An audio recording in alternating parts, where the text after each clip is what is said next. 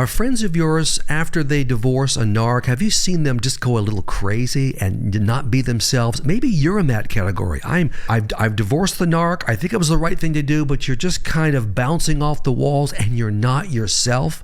I'm telling you, it's perfectly normal. I'm going to tell you why it's normal and how to manage this kind of temporary craziness in this video. And by the way, this is the 250th podcast, Enough is Enough podcast, right here today. Today is also October 14th, my birthday. Please don't send gifts. But so it's a special day on both accounts. Actually, no, tomorrow's my birthday. Okay, forget it. 250 is exciting. And we've seen God do some amazing things. Okay, let's get to the content here. After divorce, you go a little crazy. That's the top. After finally divorcing your dirtball narc, it's normal to go through a crazy phase.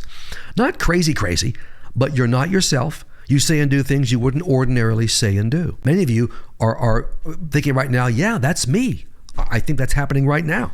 Or you may be thinking, oh, if you haven't divorced a narc yet, I want to get you ready for this phase. In this video, I'm going to help you understand and navigate this scary phase of post-narc life. First, to join our anti-narc team, and we'd love to have you, subscribe to my YouTube channel. There's strength and impact in numbers. We'd love to have you with us. Our information indicates that 50% of those that are watching my videos and frankly enjoying them and using them, I think in their lives for practical purposes and biblical purposes, aren't subscribed.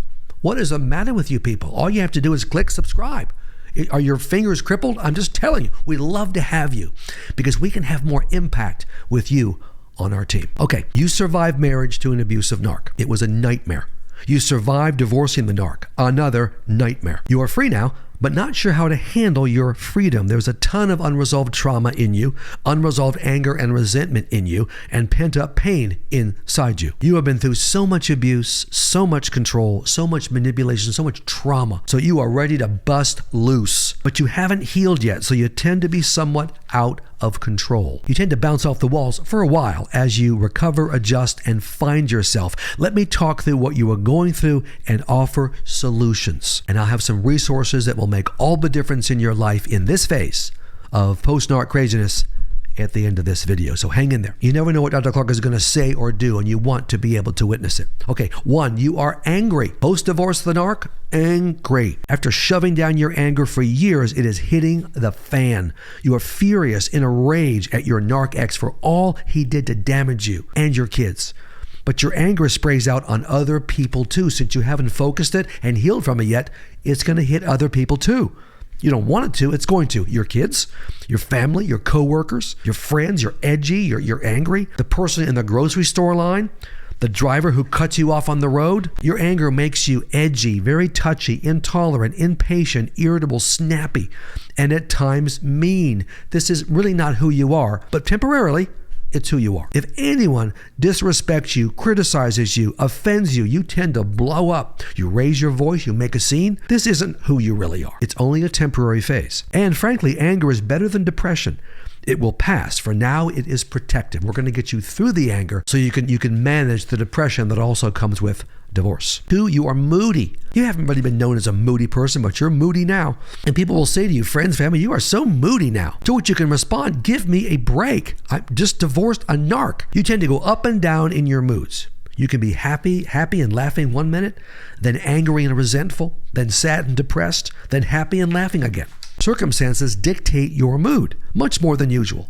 You are easily triggered, and man, it doesn't take much. It looks like you are emotionally unstable. You're not. You're just going through the post-narc phase. Number 3, and this comes with the program too, post-narc, you're suspicious of others.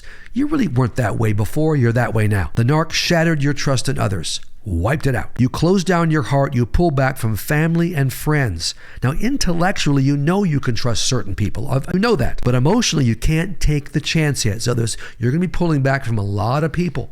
Family, friends, normal. Won't last if we get you healed in the right ways. In time, as you heal, you will open your heart again. This is why it's fine to take time before you go back to a church, for example, because your church disappointed you, people there giving you the evil eye.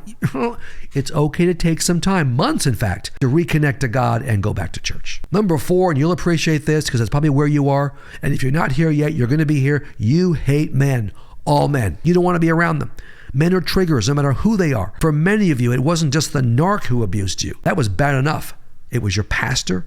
It was the husband of a friend. It was a counselor who mishandled your case and blamed you and didn't call out the narc.